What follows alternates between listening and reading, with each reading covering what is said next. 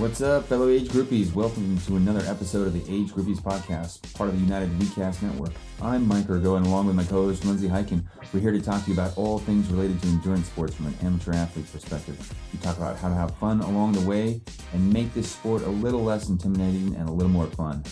You can follow the show on Instagram at Age Groupies, join our Age Groupies page on Facebook, and look us up by name, Lindsay and Mike Ergo on Strava. If you have any questions, comments, or topic ideas, hit us up. Email us, agegroupies@gmail.com.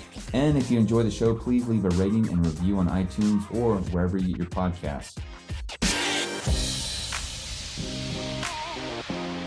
Okay, AGP listeners, I'm going to be interviewing my girl Peggy, who's been on before, and she's recently had a milestone birthday, a birthday that I will be celebrating later this year. And so we thought we would do a podcast about how great it is to be 50 and fabulous, which sounds, I don't like that whole 50 and fabulous, but like 50 and badass. How about that?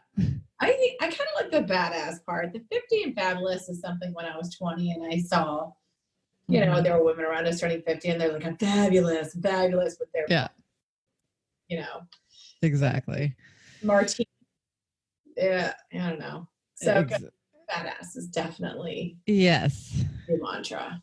I feel like 50 and fabulous is bedazzled. Like I've got like a hat on that's all bedazzled. With my boa.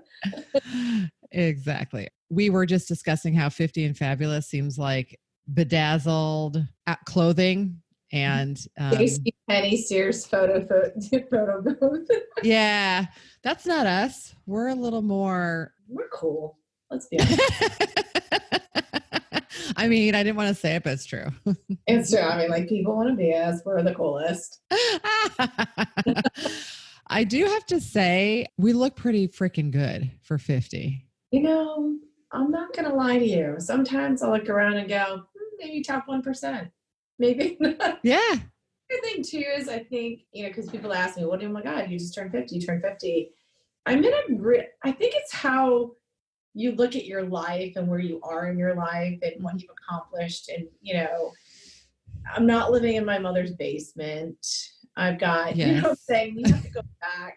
I actually kind of felt older when I turned 40 than turning 50. I felt like there was a lot of pressure when I turned 40. Mm-hmm. And 50, I feel I'm good. I'm still doing exactly what I did when I was 40, maybe more than I was in my 30s, actively wise, racing and doing all that. With kids, I think I have the energy because my kids are out the door and they've not even been to jail one time. Oh my God, awesome. I know, right? Or, you know, we've actually been to some celebrations of who they are instead of, you know, hiring lawyers. So I feel like when you look back at that and they're both functioning adults and, you know, like your kids, they're productive, working. When you turn 50 and you look back at your kids, you're like, wow, I didn't even suck as a parent. Yeah. I mean, they're still alive and they like me and I like them. And that's pretty amazing. No, I figured by this time my kids had at least 3 to 4 years of therapy, but they don't even need it. So, you know, I feel the same way. I was definitely like freaked out turning 40. I was like, oh my God, I'm just old and I didn't do all these things I wanted to do when I was younger. And now I'm, you know, but, and that's what propelled me actually into the sport of triathlon. And triathlon just took like 20 years off of in a good way, you know? Yeah. And so I feel healthier, more fit and younger, more youthful, turning 50 than I did turning 40. And even though I always did some sort of, you know, like activity or like gym rat or doing a cardio class or whatever, the actual like triathlon, the community, the racing, the training, I mean, all that whole thing is like a fountain of youth. For me, anyway. I agree with you. And I feel like it's the goal attainment. So you set out a goal and you attain that goal. And whatever that's a race you choose or a PR or just having a great training day. You know, I was course, lucky enough to spend my 50th birthday with you in the woods running. Now I think that's great, but I think that you forget, I think when you're young and you have these little goals and you get, an A on your paper, or you have these little milestones or something, that's great. And that's super celebrated. Then become an adult and you're not celebrated in the way that, yes, there's Mother's Day. Awesome. But those personal goals kind of get put, especially as women, we put them off to the side. And when you start competing or racing, that kind of comes to the forefront. And I feel like that's part of I don't want to use the word addictive behavior behind it, but I think that that's the draw for a lot of people. Yeah, no, I agree with that. And you're right. We don't get a lot of, like, as adults, generally, we don't get a lot of applause. You know what I mean? Like, you can bust your butt at work. And even if you have a good boss, which I do, you know what I mean? So they give me, our company actually has a thing where you can send people kudos and that you accumulate points, and then that you can turn that into stuff like Amazon gift cards or whatever. And so I do get that from but that whole, like, when you're a kid, you get a lot of like applause, like, yes, yeah, you're doing it. Even if you're not that great at it, you know what I mean? Like, you're doing it. And like, that's where I get it in, in my adult life, is like in the endurance community, like, me hobbling into the finish line at Ironman in the middle of late, right? Really late. Just that, like, woo, it took you 15 hours. Who gives a crap? Yes, you did it. That's just like the best. Yeah. And there's still, I don't know, about 90% of the population in the world who they don't even get off their couch. They don't, other, we find it through athletics and endurance sports. Some other people are, they have their PhD and they've done dissertations and they get their kind of kudos that way, or being public. I just think everybody has to find something. I think by the time that you're 50, you don't have to make excuses for why you want something, because you've earned it. Like, you've earned the time to be selfish. You've earned the time to put a little thought back into yourself. I remember when, I don't know how long ago it was, because I don't remember how old she is, but when Oprah turned 50, and she started this whole mindfulness kick, and you know what I mean? It was like her and my pillow, and I really adopted into that, because I thought, wow, because essentially what she was saying is, this is how I believe, this is what I want to believe, and I really don't give a shit what you think. This is key. The whole thing of not caring. Like, that's one of the best parts for me of aging is, I don't give a shit what you think about me. It's none of my business. As long as, I just need to be good with my own set of like values and my own ethical, as long as I'm good with that, whatever you think is, what you think. And it's sort of like, who cares? It's not about you, and I don't really care. And God bless you, and I'll pray for you, but that's it. As long as I'm good to, my family looks at me and they're proud of me. Right. I'm maintaining healthy relationships. I have amazing friends like yourself and Heidi Buttery and my Yayas, and those people, you really do. You kind of, I know a lot of people, and I think you do too, but your circle gets smaller. Yeah. And it gets more important to you, and it gets a little bit more valued than having a lot with no value. You really kind of shorten it down, and you see the value of those people, Yeah. You and I are both extroverts and super social. So we've got a large, network of friends and what have you. But I do think we've got like a core group. I've got my peeps, you've got your peeps, some of our peeps intersect. And of those people who are really true friends, and that I've gone through the years, and I've shared about a little bit on the podcast about, I've gone through some experiences with mean girls that felt bad, right? That didn't feel good. In my adult life, like in the last few years, right? Where basically just rejected by people who, looking at it from now, I'm like, whatever, like they don't do what I do and I don't do what they do, and they don't have to like, I mean, who cares, right? Like if you have an issue with me doing sports, I can't help you. I can't help you. I really don't want to be around you. Right. Like I don't know what to say to you about that, but it's really, it's really your problem, right? It's not my problem. It's your problem.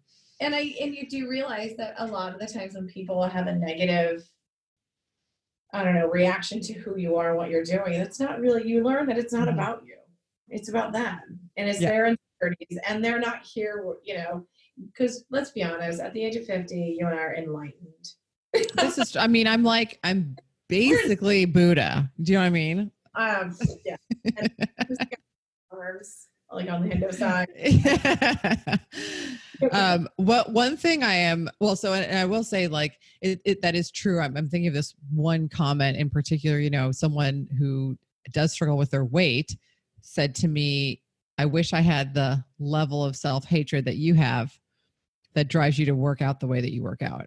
And I was like, oh, this was a friend. Let's use some air quotes, friend. And I was like, okay. For me, you know, I think there probably are people who are driven to work out because they have like an eating disorder or body image, you know, issues. And right. I have like some body image stuff that I wouldn't say struggle at this point, but I mean, you know, I'm a woman in America. Like I've seen magazines, right? So of course there's comparison, right. And I'm like, I'd like to, but I don't, you know, have like an eating disorder, something that needs to be treated. And I know that there are people who are like that, but I don't think anyone who's ever met me thinks that that's why I work out.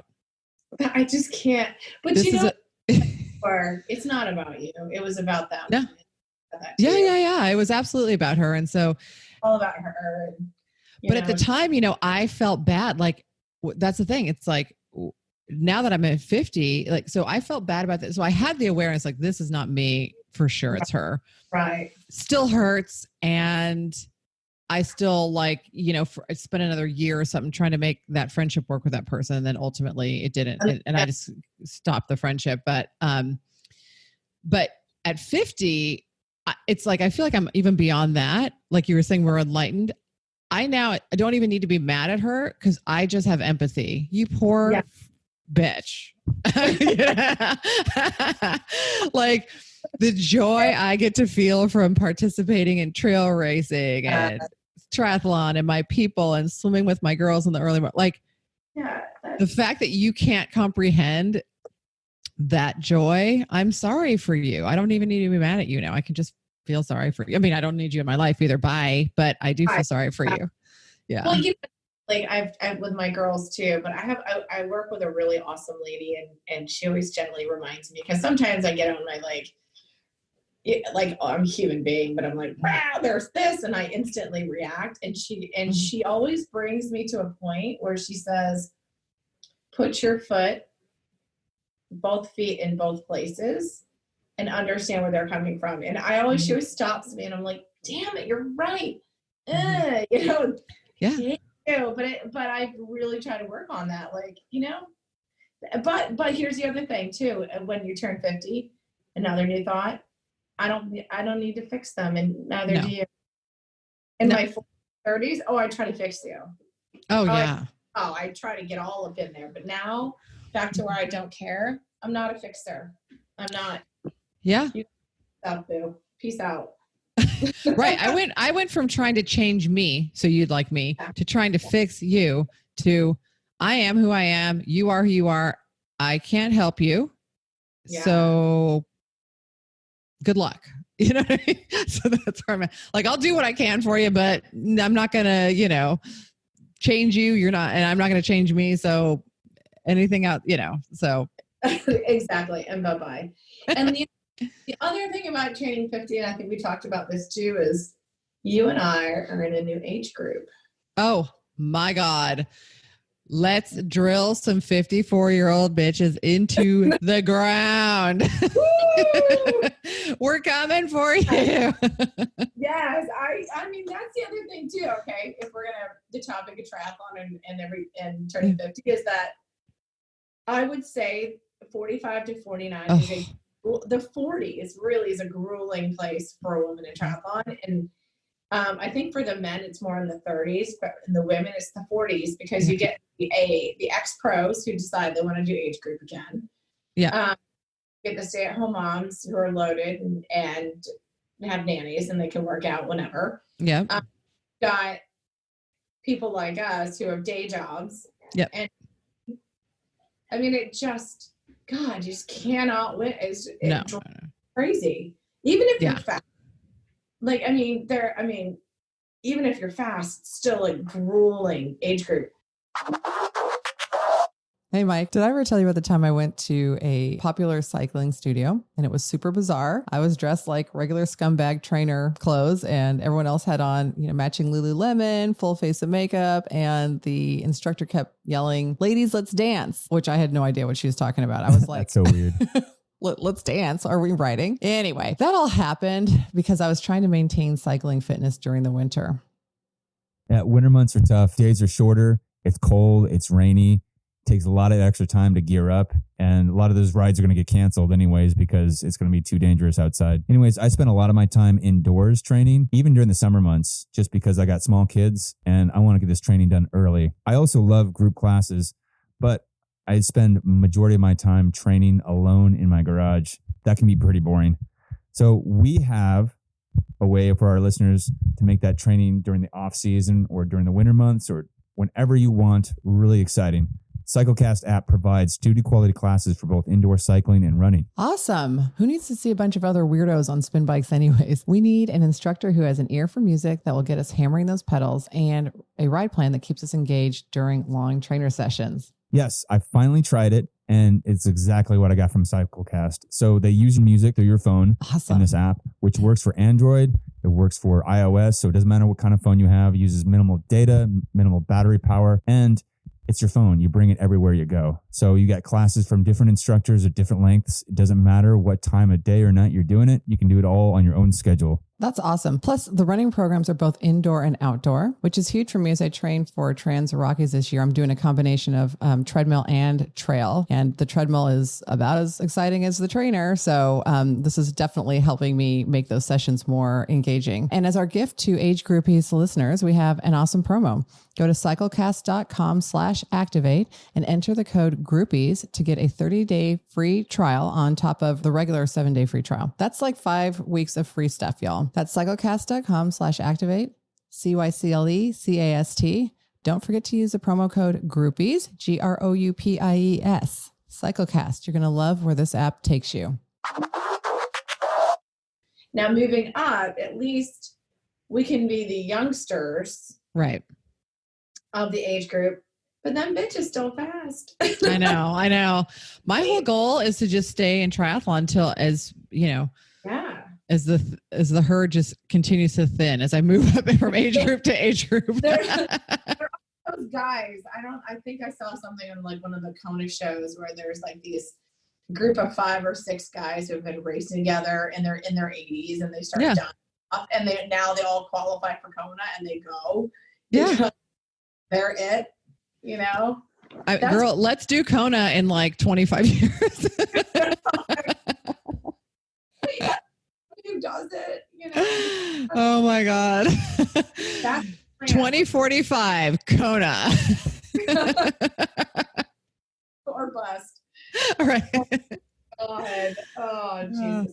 No, that was a big thing for me. I mean, even looking into it, I was like, I'm looking toward turning 50. I'm going up in age group. Yeah. My little fast girls, bye-bye. I still don't put my age on my leg, though. I still don't do that. And I won't. I let them put it on. I'm like, whatever. But I'm not probably as competitive mentally or whatever as you are, because I'm sort of like, go ahead, sweetie. I don't care. I mean, I'm going as fast as I can go right now. So I don't know what else. It's not going to help either one of us for us to know what other age they are, at least for me, because I'm going as fast as I can go right now. But the one thing I do like is to have my age on there when I pass like a 23-year-old. Yeah, no. Well, you know what? But here's the thing. What's happening to me is when I'm getting passed by the 23-year-old, she goes, you're you're doing good. Oh, it's so amazing to see you. You're an inspiration to me. Yeah, that's where I want to punch you in the face. Right. Yeah. Or it ignites me. And this is where my coach, Jess Smith, will be like, stop it, where I will now leave what I'm supposed to be doing and hunt her down like a rabid animal. Right. I want to prove something. And then my legs are shit by the time we get to the run because I need to hunt down a 3-year-old. Right, so, right. You know, that's that. Let's not look at I mean, you're such an inspiration. And I'm like, look, I'm almost 50. I'm hot. That's a dangerous, I am physically hot right now. Not like I'm a hot chick, but like I'm burning up. I will kill. And I see that you still have all of your clothes on because you're cold after the swim. I will strangle you. When I was getting ready in Indian Wells, you know, I don't even know, it's probably 38, 40 degrees in the morning before the swim. And everybody's got like their wetsuits on and their booties and their hats and their gloves waiting to get in the water. And I did not put on my wetsuit. I was like, I'm going to hot flash people. This is what 50 looks like. I'm like, this feels great. And then you start looking out and you start seeing all the other women. And yes, it's like we had a thing. We just like nod at each other like, yeah, we're having, you know, putting on a hot wetsuit right now would make me want to rip my skin off. So I was practically until I need to. It's so crazy. Along with the hot flashes and whatever else is happening, you know, that is one thing that like I didn't really experience turning 40 to the degree that I've experienced turning 50, just the physical changes against my own wishes. I mean, you know, turning 40 for me, it was still like, I didn't gain any weight. I could just work out. There was nothing, right? There was just, so, you know, coming up to your late 40s, like, for me, it's like, there's so many physical changes that you have no control over. You can't even really control them. That is one of the things I think has affected my performance. You know, just in that my body is not as cooperative. Like sometimes like my workouts suck because I slept like crap all week, and it has nothing to do with anything other than just like there's hormonal weird stuff going on and like I can't sleep. And so then like I'm supposed to run 10 miles. I run 2 and I'm like, I'm gonna die. And I'm hot and I'm sweaty and I've gained weight and you know what I mean? There's stuff. It's like, it's a challenge that way. I'm very grateful that we do race age groups, so we can all just be like, none of us slept. We're all hot. Let's go. Let's get it after it. But it evens it out. Well, I'll tell you that's the thing. Like you're catapulted. I got catapulted into menopause because of the breast cancer. And when they catapult you, you get the side effects like tenfold. So, you know, I wake up 4 or 5 times a night and I'm dying. And then of course, when I got to get up, it's kind of nice when I get a good hot flash right before my alarm goes off for morning swim. Oh, because I'm like, well, I'm up. You know, it's not like I roll over and hit the snooze button. I'm right. Because, you know, it's so hot. And I would agree. Like, I think your recovery goes down. You need a longer recovery time. Mm-hmm. And I feel like the weight gain when you don't, estrogen it's a mother effer. Like it makes you moody when you're, you know, younger. Mm-hmm. Makes you fat when it doesn't exist in your body. Right. Like, oh, thanks. I do feel like if we look back in time, that bitch bit the apple. And I feel like that apple had something to do with estrogen. Now, because it came from Snake, who was technically the devil, I believe he injected Eve with estrogen. So this, for those of you who do not know what she was referring to, if you don't happen to be Christian, the idea is that the story of Adam and Eve, everyone knows that the suffering and whatnot of our female cycle is related to the story of Eve and her sort of, exposing us to all of this garbage by biting the apple. Now, whether or not you believe in the Christian paradigm of everything, I think if you're a female, you can agree that the menstrual cycle, if there is Satan, if that is a thing, the menstrual cycle is something that's what Satan would have created. I think we can all agree on that, even if you are not a Christian. Because guess what? It's the worst. But Satan was a man. Because he didn't want it. Right. There are biological processes that are required to procreate, and men don't want to have to deal with them. So they just put it on us. Notice the seahorse, the male seahorse does have the baby, but they're going extinct. Think about. Not our podcast needs to be a man bashing. Poor Mike is not here to defend the mankind.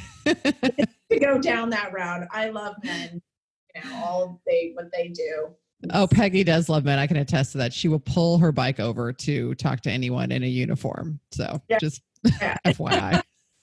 And wearing a uniform, UPS, I'm in. You're a fireman. Okay. Oh my gosh. Did I ever tell you my story about cycling with my significant other, Josh, and we were going past a fire station, and then there was another guy with us. It was Josh, and then Kirk, and then me, and we're riding in like just single file. And there's firemen. There's a fireman outside washing his fire truck, and it's beautiful spring day in Woodside, and he was African American, like kind of like my coloring, a little on the light skin side, very tall, buff, youthful looking. Shirt on or off? Shirt was on, but it was tight. T-shirt, because he was washing the truck. And as I'm looking at him as we're getting ready to go by, and I realize he's checking out Josh, my significant other. I'm like, damn. Equal opportunity. It's like, well, shoot. There you have it. Yeah. There's nothing, the other thing about being 50 is you can objectify men. Yeah. I mean, come on, whatever. It's our time, I think. I feel like we've been through enough. We can objectify men if we want. We can, whatever. But I did want to ask you about, just circling back to the physical stuff. Have you noticed any, so you've had kind of a couple things, right? Because you had breast cancer and had treatment for that. So that's obviously affecting your ability to train. It's changed probably a little bit. Right. But I'm wondering if you have had to change the way that you train for, say, a half, because I know you've done so many halves. You've had such a wide span of time of doing halves. Have you had to change that based on just the aging process at all? I think that I definitely with recovery. Mm-hmm. I feel like, and I think that's with any aging athlete, but I feel like your body needs a little bit more time. So if I do a long ride on, let's say Friday, Saturday is a little bit lighter for me in the morning. Like if I do 3 hours of climbing on the bike, then my Saturday morning will probably be more of an active recovery run. Mm-hmm. Or a hike. My husband and I do a lot of hiking. Yeah. And then a long run will be on Sunday because I need some time and space for the body to kind of reset. Whereas, when you're 22, oh, whatever, dude, I'm in, I'm out. Oh, so it's funny. I was just talking to my daughter, and she's a college soccer player, and she they have to run the mile every week because they have to get a faster time. They're in spring training, and she's like, "Oh my God, well, we went out last night. It was so great, blah, blah, blah, blah. And then I had to run my mile this morning, and I only ran a 6:04, and it's like 30 seconds off my time." Oh my God. well, I like did it again. I'm like, shut up. If I were I first of all would throw a party. Right. Second, like at this point in my life, then I would need oxygen. Right. And then I'd have to go into like, a cryo tank to shut everything down. And she's 20 years old, she's just like, oh, we're gonna have to do it again tomorrow. I'm like, no, I wouldn't run a 6:02 or a sub 6 mile. Oh my God, that would make me so happy. I know. I mean, when was the last time? Back in the day, I could have. When I was her age, that's the last time. And that's the hard thing too. I feel that, yes, we're younger. Yes, we're stronger. Yes, we're still training, but your body is like, hey, listen. Your recovery is not the same. Your fire's, I don't take that back because the fire's good, but it's just harder and harder to maintain those faster speeds. Your knees. Yeah. I'm running the Kaiser half. I'm already wearing the KT tape permissions to prep for that half. I got my KT tape on auto order from Amazon at this point because I just use it all the time. Like I know I'm going to need this again in 30 days. So go ahead and send me another roll. Thank you. But yeah, to answer the question, I think that's it. I think it's lack of sleep. I think it's, in our professional lives, we sit a lot. So we have to make it, a priority to get up and yeah. There's no real winging it in our age group. Like you either trained or you probably aren't going to go do it because like it's everything. Yeah. But I mean, the body won't handle like you didn't train and then you go wing a half Ironman. Like then you're going to be out for the rest of the year. I mean, that's the thing. The body will rebel now. Whereas when I was in my 20s, it didn't matter what I did.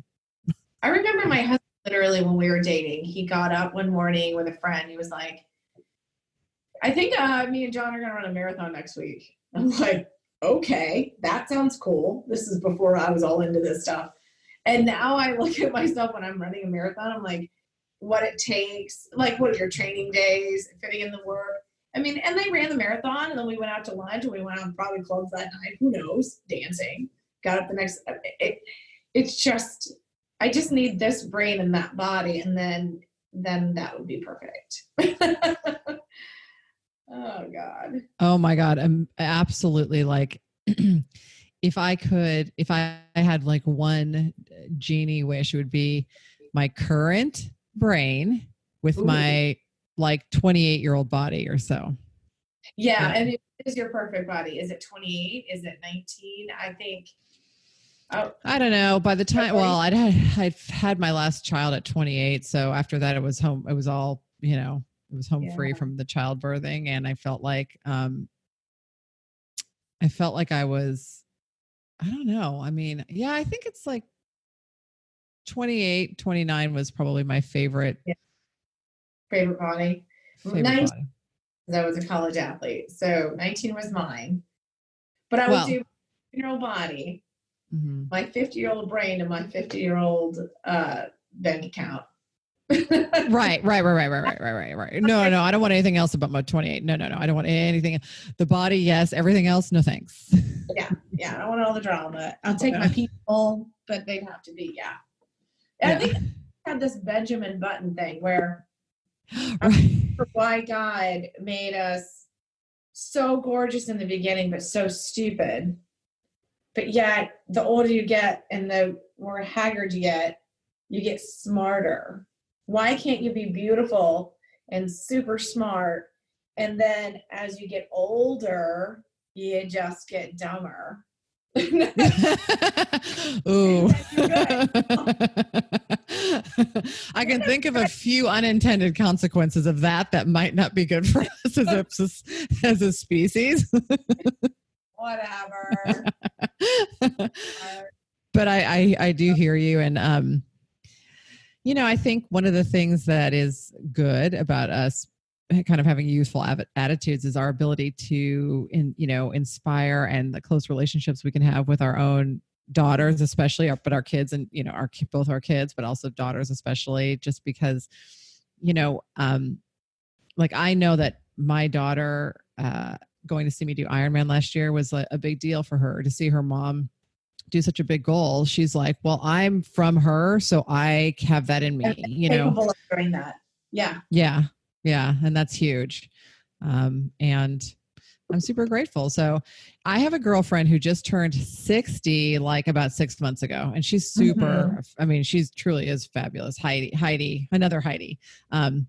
Also a swimmer, done a few races with me, and really strong climber on the bike, really strong. Like I can never catch her uphill. She's great. And she turned 60, like I said, I don't know, 6 months ago or something. And the other day, I was emailing everybody about, which reminds me, I got to email you, but about, we're going to have a 50th birthday party in the summer for me in Tahoe. Yeah. Super excited. So Heidi was emailing me about that, and she said, you are going to love 50. Like, I guess she really just, like, that decade, she just said was her best up until that point. And now she's liking 60, but she actually just got engaged too. So like 60 is turning out really good for her too. But she just said, you're going to love 50. And I thought, I love that we now have this attitude towards 50, because I know that there was a time in women's history just that you were expired. You know what I mean? You were canceled at 50. So like, it's nice that that's not happening now. Well, and I think if you look at Hollywood, I was thinking of all the women who are in their, they do all those issues and people and stuff, are like the women in their 50s and their 40s. And I look at them and I'm just like, God, they look fantastic. Obviously they have the money to do that. Yeah, but in Hollywood, after the age of 29, you just went away. You never, unless you're Miss Brady. She was probably 29 playing 49. I'm not really sure about all that, but I mean, in just society, I think we're celebrating older women, and their accomplishments, not just, oh, she had 6 kids and that's it. But right, I mean, look at Ruth Bader Ginsburg, one of the greatest. Oh my gosh! Hello. Yes, and she does work out all the time, they say. So she works all the time. My other most favorite is Condoleezza Rice. If I could meet her, I mean, sometimes I walk around Stanford thinking maybe someday she'll come out and I'll just run her, but then I'll be arrested. But right. Every morning for almost 2 hours before she went to the White House she's just, and she's really into football. So, that's awesome. And she, that's the way to do it, to get that workout in early. My new job is changing. I mean, it's not changing, but I have a new job and it's very intense. And I am working out, trying to figure out like when I can get those workouts in during the week and make sure I get those done, because I do truly think that we have found the fountain of youth here, and we need to, just be grateful for it. At night, like I will verbally have to like attack myself to get out there. Like, what are you doing? Gotta go. I'd rather just get it done in the morning, whatever it is, and then go on with my day and then be home at night. And I love that whole come home at night. This is the other thing too about me and Big Daddy. We ain't got no kids. Right. I got, Roxy, the 3-legged dog. I love coming home and just kind of putting our stuff away and just having friend time, because we're beyond the whole parenting time. Now we're just back to being friends and having a great time. And we both really appreciate that now. So when he comes home, I want to be, hanging out and stuff, and not like we will do a little like garage workout. We're trying to do that because we both feel that, Dr. Death is knocking on our door, but right. We're trying to hold each other accountable with our but I can't. People are like, why don't you go to Masters at 7 p.m.? I'm like, because I'm brushing my teeth, go to bed. Like, are you kidding? I could never. Oh no. We are riding the sofa briefly at 7 p.m. before bedtime. Yeah. I mean, I can't do it.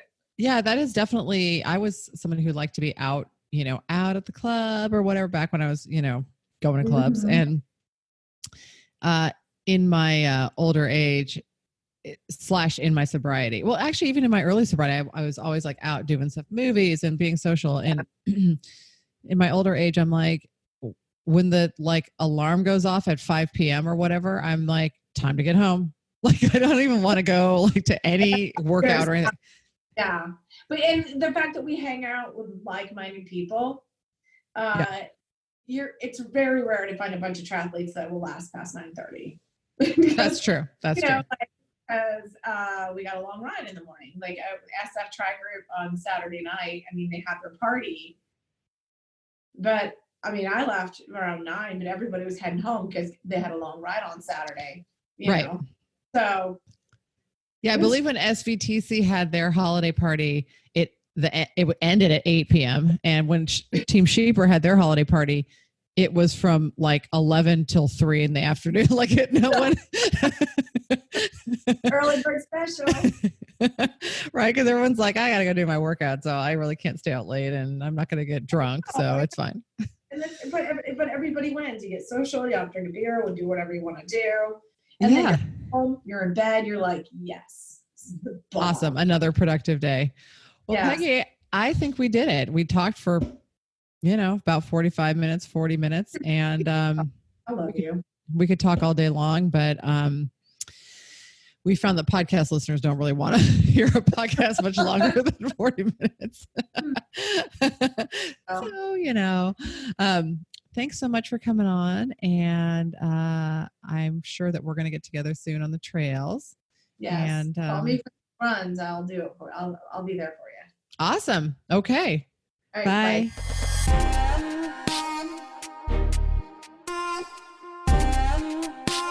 Alrighty. That concludes today's episode of the Age Groupies podcast with me, Lindsay Hyken, and my co-host, Mike Ergo. We really hope you enjoyed it.